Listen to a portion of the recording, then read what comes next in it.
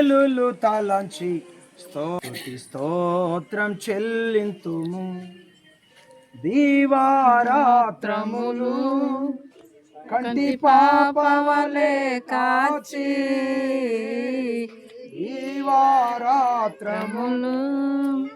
కంటి పాపవలే కాచి, దయగల హస్తముతో బ్రోచి నడిపించితివి.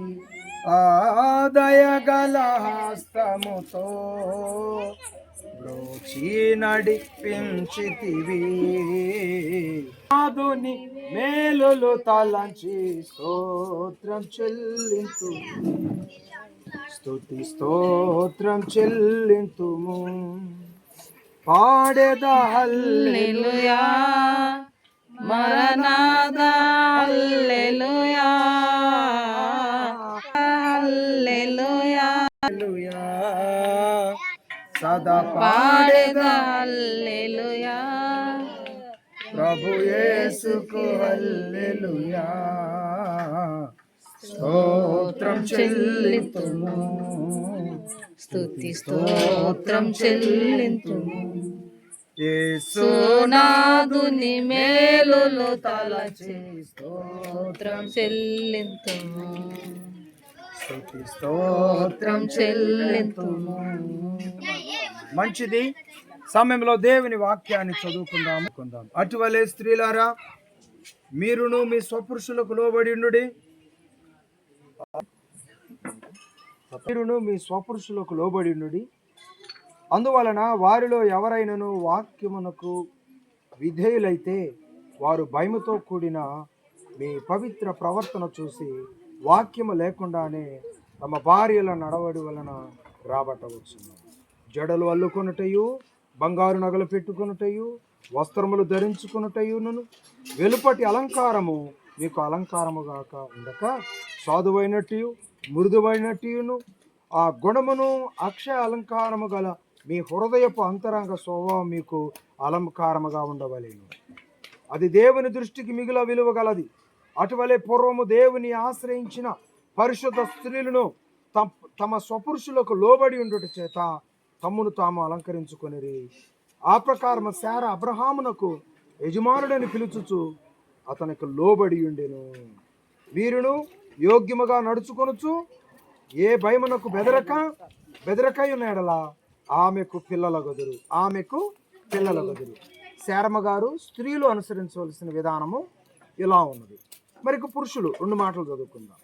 అటువలే పురుషులారా, జీవమును కృపావరములలో మీ భార్యలు మీతో పాలివారై ఉన్నారని ఎరిగి ఎక్కువ బలహీనమైన ఘటమని భార్యను సన్మానించి మీ ప్రార్థనలకు అభ్యంతరము కలగకుండానట్లు జ్ఞానము చొప్పున వారితో కాపురము చేయుడి.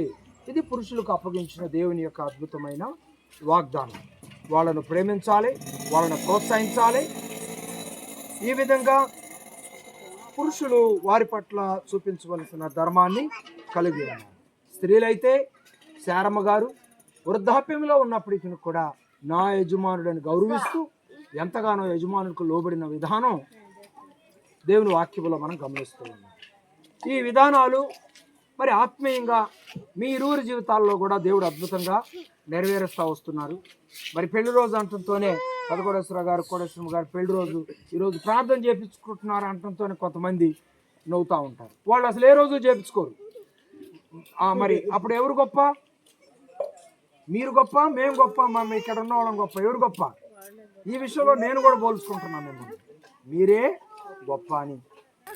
వాటన్నిటిని కూడా ఇరువురు షేర్ చేసుకుంటూ, ఏమండి, ఇద్దరిని ఒకరినొకరు గౌరవించుకుంటూ మీ యొక్క అనుబంధాన్ని నడిపించుకుంటూ ఉన్నారు. అందుని బట్టి దేవునికే మహిమ కలుగును గాక. ఆమేన్. ఏదైనా కోపం వచ్చినప్పుడు ఏమంటావు? తెల్లమొహం దానా అంటావు. కోపం వచ్చి నువ్వేమంటావు? నువ్వేమనవు, మా మామ ఇంతే అంటావు.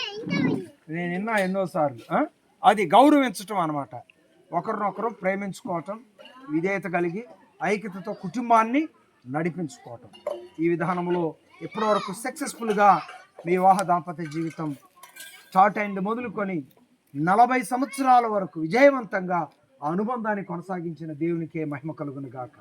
ఆమేన్. రానున్న దినాల్లో మరి మీకు దేవుడు సమృద్ధికరమైన ఆరోగ్యాలు, ఇలాంటి మ్యారేజ్ డేలు ఎన్నో జ్ఞాపకం చేసుకొని జరుపుకొని దేవుని కృతజ్ఞతలు చెల్లించే ఆ భాగ్యమైనటువంటి దేవుని ప్రణాళికతో కూడిన ఆ ఆత్మీయ సంకల్పం మీ పట్ల దేవుడు గొప్పగా ముందుకు నడిపించాలని కోరుతూ, మరి సేవకుని ఆహ్వానించి, పెద్దలను ఆహ్వానించి, అవకాశం ఉన్న వారందరిని ఆహ్వానించి ప్రార్థన చేయించుకోవటానికి మీరు కలిగి ఉన్న ఈ గొప్ప ఆప్యాయతను బట్టి దేవునికే మహిమ కలుగును గాక.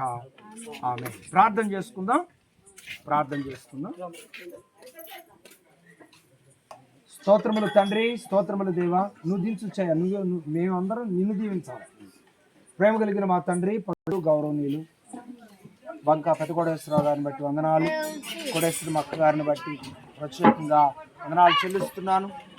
ఈరోజు వాస్తవంగా వారు ఇక్కడికి రావచ్చు అవకాశం లేదు, వారికి ఉన్న పనులు అలా ఉన్నాయి ఆ ప్రాంతంలో. అయినప్పటికీ కూడా వాటన్నింటినీ సమాధానించుకొని ఈరోజు పెళ్లి రోజు, సంతోషకరమైన రోజు, ఇంటికి వెళ్ళాలి, సేవకుడిని ఆహ్వానించాలి. మరి అవకాశం ఉన్నంత వరకు పెద్దలను, కుటుంబ సభ్యులను ఆహ్వానించాలి, ప్రార్థన చేయించుకోవాలని మామయ్య గారు కలిగి ఉన్న ఆశను మీరు నెరవేర్చినందుకు స్తోత్రం. అక్కగారి యొక్క ఆశలను మీరు నెరవేర్చినందుకు స్తోత్రం. బిడ్డలకు ఆరోగ్యం దాచేయండి అయా. కుమారుల జీవితాలలో అద్భుతాలు జరిగిస్తారండి. గొప్ప మానవ సంతానాన్ని ఇచ్చారు, వారి ఎదుగుదలలో నీ కృపను గ్రహిస్తూరండి. దేవారానుల దినాలలో ఇంకా ఎన్నో గొప్ప కార్యాలు బిడ్డల జీవితాల్లో, గృహం పట్ల, కుమారుడి వివాహం పట్ల, వారి ఆరోగ్యాల పట్ల దేవాన్ని ప్రణాళిక సిద్ధపరిచి గొప్పగా నడిపిస్తూ రావాల్సిందిగా కోరుతున్నాం. ఈ సందర్భంలో పెద్ద కుమారుడు ముఠా ఇంకా రావాల్సిన్నది అయ్యా. వారు కూడా క్షేమంగా రావటానికి సహాయం చేస్తూ రావాల్సిందిగా కోరుతున్నాను అయ్యా. మరి పెద్దలుగా ఈ ప్రార్థనలో ఏకీభవిస్తున్నటువంటి మా ప్రియులు జలాగారు, బాబు గారు అయా, బిడ్డలను బట్టి వందనాలు చెల్లిస్తున్నాను. ప్రెసిడెంట్ గారు, అలాగే నేను యవనస్తులు సత్తయ్య, జక్కరయ్య, అలాగే నాయన దైవజనురాలు, అలాగే ప్రభా మరి చెల్లెమ్మ వాళ్ళు అయా, మరి ప్రార్థనలో ఏకీభవిస్తున్న మిగతా బిడ్డలందరిని బట్టి వందనాలు చెల్లిస్తూ ఉంటున్నాను. మీ సావుకుని ప్రార్థన ఆలకించి ఓ నాయన బిడ్డలకు దేవుని దయచేస్తుంది నీ నామానికి మాట్లాడుతున్నాను. ఈ 40వ మ్యారేజ్ డే విజయవంతంగా, సంతోషకరంగా ఓ ప్రభా ఈ సంవత్సరం కొనసాగడానికి కృప దయచేయి. 41వ మ్యారేజ్ డేని జ్ఞాపకం చేసుకొని మీకు వందనాలు చెల్లించు పర్యంతరం బిడ్డలతో మీరుండి నడిపిస్తున్నామని నామానికి మాయం తెచ్చుకోమని యేసు క్రీస్తు నామములో ప్రార్థించి అడిగి వేడుకుంటున్నాను పరమ తండ్రి. ఆమేన్, ఆమేన్. పరమ తండ్రి దేవుని ప్రేమ, కుమారుడైన యేసయ్య కృప, పరిశుద్ధాత్మని యొక్క అన్యోన్య సహవాసం ఎల్లప్పుడూ మీకు తోడే నడిపించును గాక. ఆమేన్.